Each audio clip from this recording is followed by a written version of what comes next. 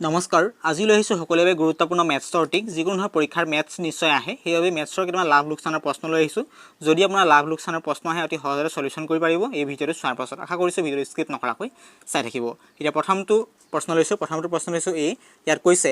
এটা ঘড়ী 600 টকাত বিক্ৰী কৰিলে লোকচান হয় 40% এটা ঘড়ীটোৰ দাম কিমান প্ৰথম উলিয়াবলৈ ঘড়ীটো কি উলিয়াবলৈ দাম উলিয়াব লাগে আমি দামটো যেহেতু নাজানো ইয়াত প্ৰথমে কি কৈছে বুজিবলৈ চেষ্টা কৰিব এটা ঘড়ী কিমান টকাত বিক্ৰী কৰিছে 600 টকাত বিক্ৰী কৰিছে আৰু তাৰ লাভ লোকসান কিমান হৈছে ক্ষমা কৰিব লোকসান কিমান হৈছে 40% লোকসান হৈছে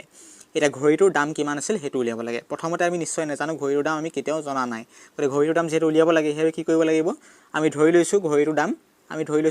কিমান 100% ঘড়ীটোৰ দাম ধৰি লৈছো এফালে কিমান শতাংশ লোকসান হৈছিল 40% লোকসান হৈছিল এফালে নিশ্চয় বুজি পাইছে 40% লোকসান হৈছে 100% 40% পূৰণ কৰিলে কিমান থাকক মাইনাস কৰিলে 60% মাইনাস কৰি দিলে পালো অৰ্থাৎ 100% আৰু 40% বিক কৰি দিয়াৰ বাবে 60% পালো এটোলৈকে নিশ্চয় বুজি পাইছে পালো 60% এটা কি কৰিব লাগিব 60%টো মানে কি এতিয়া 60%টো কাৰ সমান 60%টো কাৰ সমান আমাৰ 600 টকাৰ সমান মানে কিমান শতাংশত বিক্ৰী কৰিলে ঘড়ীটো 60%ত ঘড়ীটো বিক্ৰী কৰিলে আৰু 60%ত ঘড়ীটো বিক্ৰী কৰিছিল তাৰে কিমান শতাংশ লোকসান হ'ল 40% লোকসান হ'ল নিশ্চয় বুজি পাইছে হেয়বে কোৱা হৈছে 600%ৰ সমান কিমান 60% বুজি পাইছে ডাউট ক্লিয়াৰ হৈছে এটা কৰিব লাগিব অংকটো কি কৰিব যেটো দামত ঘড়ীটো বিকিছিলো হেতু ডিভাইড কৰিব লাগিব কিমান দামত বিকিছিলো 600 টকাত বিকিছিলো আৰু কিমান শতাংশত আমি ঘড়ীটো বিকিছিলো 60%ত বিকিছিলো 60%ত ঘড়ীটো বিক্ৰী কৰিছিলো তাৰ এফালে কিমান শতাংশ আমি কাৰ লগত পূৰণ কৰিব লাগিব 100% লগত পূৰণ কৰিব লাগিব 100% ত পূৰণ কৰিলে কিমান হ'ব এফালে 100% পূৰণ কৰিব কাৰ লগত পূৰণ কৰিব লাগিব 600/60 পূৰণ কৰিব লাগিব এতিয়া চাব 600%টো মানে বুজাইছে কিমান দামত ঘড়ীটো বিক্ৰী কৰিছিল আৰু কিমান শতাংশত ঘড়ীটো বিক্ৰী কৰিছিল হেতু 60%টো 60%ত আমি ঘড়ীটো বিক্ৰী কৰিছিলো বুজি পাইছে নিশ্চয় এতিয়া চাব কাটকুট কৰিলে 6 0 গল এফালে 10 থাকিলে এফালে 6 কাটকুট কৰিলে কিমান যায় 100 বাৰ যায় তুমি কিমান আছে 100 আমি কিমান পাইছিলো 6 কাটকুট কৰাৰ বাবে কিমান পাইছিলো 100 পাইছিলো এফালে আমি কিমান পাইছিলো 10 থাকিলে এফালে কিমান হল তা উত্তৰ 100 10 পূৰণ কৰিলে কিমান হয় 100 10 পূৰণ কৰিলে 1000 হয় নিশ্চয় বুজি পাইছে শুদ্ধটো কোনটো হ'ব শুদ্ধ উত্তৰ হ'ব 3 নম্বৰটো শুদ্ধ উত্তৰ প্ৰশ্নটো যদি বুজি পোৱা নাই মই আকৌ বুজাই দিছো এবাৰ 12 নম্বৰ প্ৰশ্নটো বুজাই দিম লাগিলে মই ইয়াত কৈছে কি ঘড়ীটোৰ দাম কিমানত বিক্ৰী কৰিছিলে ঘড়ীটোৰ দাম 600 টকাত বিক্ৰী কৰিছিলে ঘড়ীটো কিমান দামত বিক্ৰী কৰিছে 600 টকাত বিক্ৰী কৰিছে কিন্তু দামটো এতিয়ালৈকে আমাক কোৱা নাই দামটো উলিয়াব লাগে আৰু তাৰে কিমান টকা লোকসান হ'ল কিমান পাৰ্চেন্ট লোকসান হ'ল 40% লোকসান হ'ল এতিয়া আমি জানো যে ধৰা হক কিমান ধৰিছিলো 100% ধৰিছিলো 100% ঘড়ীটোৰ দাম ধৰি লৈছো তাৰে কিমান শতাংশ লোকসান হৈছিল লোকসানৰ মাইনাস কৰি দিম কিমান শতাংশ লোকসান 40% লোকসান হৈছিল মাইনাস কৰি দিলে কিমান শতাংশ 60% এই 60%টো কাৰ সমান এই 60%টো আমাৰ 600 টকাৰ সমান অৰ্থাৎ 60%ত ঘড়ীটো বিক্ৰী কৰিছিল শতাংশৰ ওয়াইজ 60%ত ঘড়ীটো বিক্ৰী কৰিছিল এটা কি কৰিব লাগিব যেটো আমাৰ প্ৰথমে ঘড়ীটো বিক্ৰী কৰিছিল 600 টকাত বিক্ৰী কৰিছিল তাৰ পিছত কিমান শতাংশত চাবলৈ গলে কিমান শতাংশ কাৰ সমান আছিল 60% 600 টকাৰ সমান আছিল হেবে 60 টো তলত আহিলে তাৰ পাছত এফালে পূৰণ কাৰ লগত পূৰণ কৰিব লাগিব 100% লগত পূৰণ কৰিব লাগিব 100% লগত পূৰণ কৰিলে 0 0 এফালে কাট খালে 10 থাকিলে এফালে বুজি পাইছে 6 6ক কেবাৰ গল এবাৰ গল আৰু 100 কাৰ লগত পূৰণ কৰিছো 10 লগত পূৰণ কৰি দিছো পূৰণ কৰিলে কিমান হল এফালে আমাৰ 1000 হল নিশ্চয় বুজি পাইছে কিমান এটা ঘড়ীটো টোটাল দাম হল কিমান ঘড়ীটো টোটাল দাম হল 1000 টকা নিশ্চয় বুজি পাইছে পৰীক্ষাত এনেকুৱা প্ৰশ্ন আহে অতি সহজতে সলিউশন কৰিব পাৰিব বুজি পাইছে নিশ্চয় 600 টকাটো 60% কেনেদৰে পালো 600 টকাৰ সমান 60% অৰ্থাৎ 60%ত ঘড়ীটো বিক্ৰী কৰিছিল বুজি পাইছে আৰু 40% কি হৈছিল লোকসান হৈছিল অৰ্থাৎ আমি কি কনভাৰ্ট কৰিলো 600 টকাটো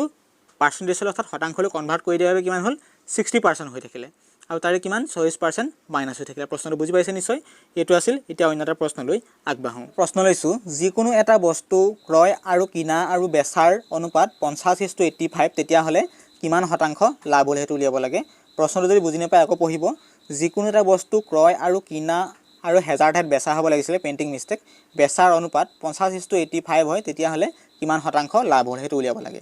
এতিয়া চাব আমি এটা পাতি চাও প্ৰথমে কে টকাৰ বস্তু কিনি আনিছিলে এজন মানুহে 50 টকাৰ বস্তু কিনি আনিছে আৰু কে টকাত বিক্ৰী কৰিছে 85 অৰ্থাৎ 85 টকাৰ বিক্ৰী কৰিছে কিমান লাভ হল ইহঁতৰ মাজত 35 টকা লাভ হল অৰ্থাৎ মানুহজনে 50 টকা দি বস্তু কিনি আনিছে আৰু 85 টকা যেতিয়া বস্তু বিক্ৰী কৰা হল 35 টকা লাভ হল এলকে বুজি পাইছে এতিয়া এটা ফৰ্মুলা কথা উল্লেখ কৰিছিল আগৰ ভিডিঅ'ত সেই ফৰ্মুলাটো ফলো কৰিব লাগিব তেতিয়া অংকটো অতি সহজতে বুজি যাব ফৰ্মুলাটো আছিল কিমান p = পি ডিভাইডেড বাই চি পি ইনটু 100 এই ফৰ্মুলাটো ফ'ল' কৰিব লাগে মানে কি বুজি পাইছে পি মানে হৈছে প্ৰফিট কিমান দি কিনি আনিছিলে প্ৰফিট হৈছে প্ৰফিটটো বুজি পালোঁ 35 এফালে প্ৰফিটৰ ওপৰত গ'ল আৰু চি পি মানে কি কিমান টকাত প্ৰথমে বস্তুটো কিনিছে 50 টকাত কিনি আনিছিলে ফৰ্মুলা ফ'ল' কৰি অংকটো কৰি চাওঁ আহক এফালে কিমান আছিলে পি মানে কিমান আছিলে পি মানে 35 টকা অৰ্থাৎ লাভ পাইছিলে 35 টকা 50 টকা বস্তুটো কিনি আনিছিলে 85 বস্তুটো বিক্ৰী কৰিলে কিমান পালে লাভ 35 তাৰপৰা এফালে কিমান আছিলে কেই টকাত বস্তুটো বিক্ৰী কিনি আনিছিলে 50 টকাত কিনি আনিছিলে এই 50ৰ তলত আহিলে পূৰণ কৰিব কাৰ লগত আমাৰ যেটো 100টো আছিলে 100% লগত পূৰণ কৰিব 100ৰ লগত পূৰণ কৰিব পূৰণ কৰিলে কিমান হয় 0 0 কাট গ'ল এফালে কিমান 10 থাকিলে এফালে কিমান থাকিলে 535 থাকিলে এটা কি কৰিম 535 এ হৰণ কৰিলে কেইবাৰ যাব 7 বাৰ যাব এটা বুজি পাইছে 7ৰ লগত কি পূৰণ কৰি দিম 10 পূৰণ কৰিম 7ৰ লগত যেতিয়া 10 পূৰণ কৰি দিম ফালে কিমান হ'ব 7 পূৰণ 10 পূৰণ কৰিলে কিমান হ'ব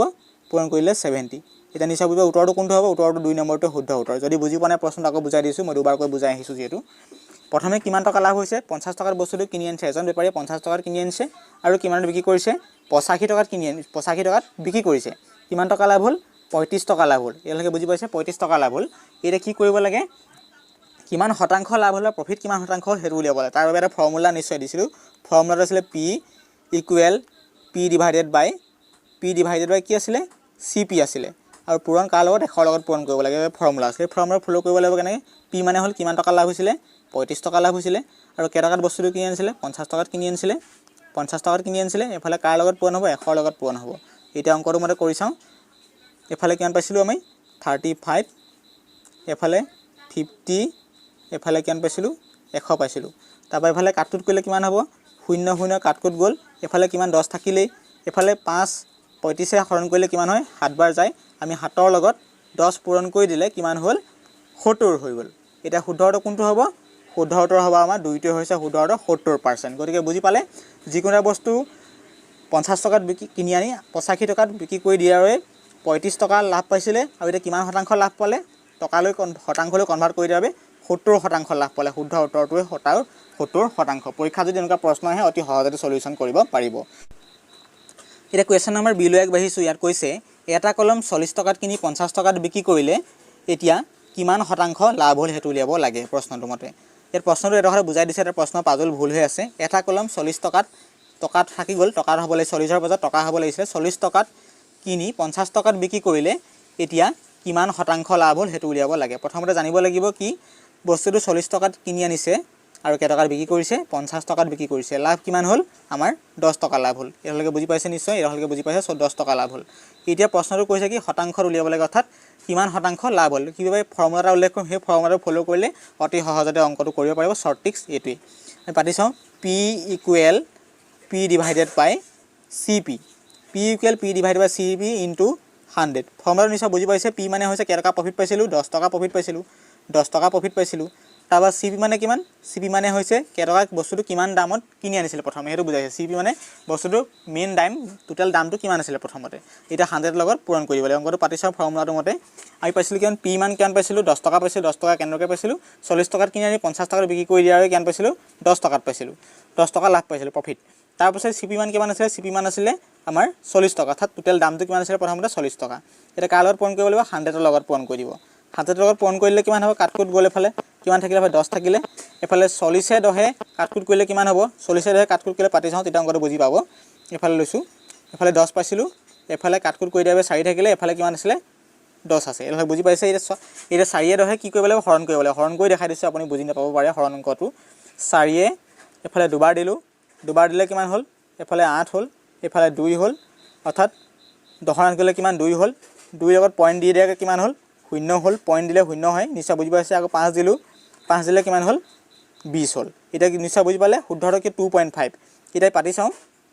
এফালে 4 এ 10 হৰণ কৰি দিয়াবে কিমান পাইছিলো হৰণ কৰি দিয়া 2.5 পাইছিলো পূৰণ কি আছিল 10 আছিল 10 লগত পূৰণ কৰিলে কিমান হয় 10 লগত পূৰণ কৰিলে এফালে কিমান হয় পূৰণ কৰিলে 25 অৰ্থাৎ কিমান পাৰ্সেন্ট হ'ল 25% শুদ্ধ উত্তৰ কোনটো হ'ব শুদ্ধ 4টো হৈছে শুদ্ধ উত্তৰ নিশ্চয় বুজি পাইছে প্ৰশ্নটো যদি বুজি পোৱা নাই আকৌ কৈছো আমি প্ৰথম ফৰ্মুলাটো উল্লেখ কৰিছিলো বস্তুটো কিনি আনিছিলে কেই টকাত 40 টকাত কিনি আনি কেই টকা লাভ পাইছিলে 10 টকা লাভ পাইছিলে অৰ্থাৎ 40 টকাত কিনি আনি 50 টকাত বিক্ৰী কৰি দিয়াবে কেই টকা লাভ পালে 10 টকা লাভ পালে এলৈকে বুজি পাইছে এতিয়া ফৰ্মুলাটো কি আছিল ফৰ্মুলাটো আছিল P ইকুৱেল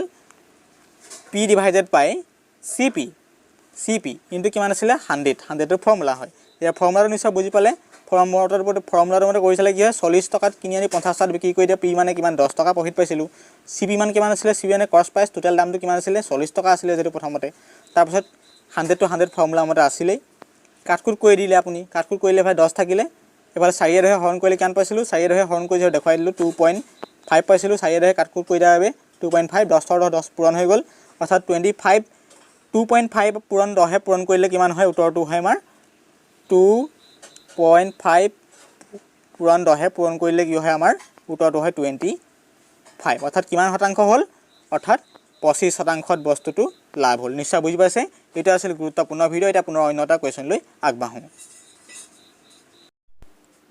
এতিয়া পুনৰ অন্য এটা প্ৰশ্ন লৈছো ইয়াত কৈছে তলৰ সংখ্যাবোৰৰ গড় উলিওৱা গড় কেনেদৰে উলিয়াবলৈ খুব গুৰুত্বপূৰ্ণ এটো পৰীক্ষাত যেটো গড় উলিওৱা প্ৰশ্ন আহিব এভাৰেজ প্ৰশ্ন ইয়াত দিছে 2 8 4 5 1 কেটা আছে সংখ্যা এটা দুটা তিনটা চাৰিটা পাঁচটা আছে এই পাঁচটা কেনেকৈ পাতিম আমি চাবা মোৰ ফৰ্মুলাটো ব্যৱহাৰ কৰিব ফৰ্মুলা উল্লেখ কৰিছো যেটো মনোযোগ দি শুনিব 2 + 8 + 4 + 5 + 1 আৰু কেটা সংখ্যা পাইছিলো আমি এটা দুটা তিনটা চাৰিটা পাঁচটা পাইছিলো কি হলো ডিভাইড কৰিলে 5 টো তলত আহিলে এহলকে বুজি পাইছে নিশ্চয় এটা কি কৰিম আমি অংকটো পাতি চাও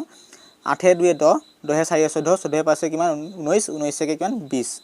20 হল এহলকে বুজি পাইছে তলত 5 আছিল 5 আহিলে এটা কাটকুট কৰিলে কিমান হ'ব কেবাৰ যাব 5 এ 20 এ কাটকুট কৰিলে কেবাৰ যাব 4 বাৰ যাব গতিকে শুদ্ধটো কোনটো হ'ব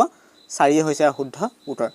অতি সহজ পদ্ধতি এই পদ্ধতি ফলো কৰি যিকোনো এনেকা প্ৰশ্ন আহিলে সহজতে উলিয়া পাৰিব ইয়াত 5 পাতিছে এবে নহয় ইয়াত যিমান সংখ্যা থাকে তলত হিমানে ডিভাইড যাব ইয়াত 10টা থাকিলে 10 এ ডিভাইড যাব যিমানখিনি সংখ্যা আছে হিমানখিনি প্লাস হৈ যাব প্লাস হৈ যিমান আহিব যিমানে হৰণ কৰিলে উত্তৰটো ওলাই যাব যদি এই প্ৰশ্নটো বুজি পাইছে ইমানে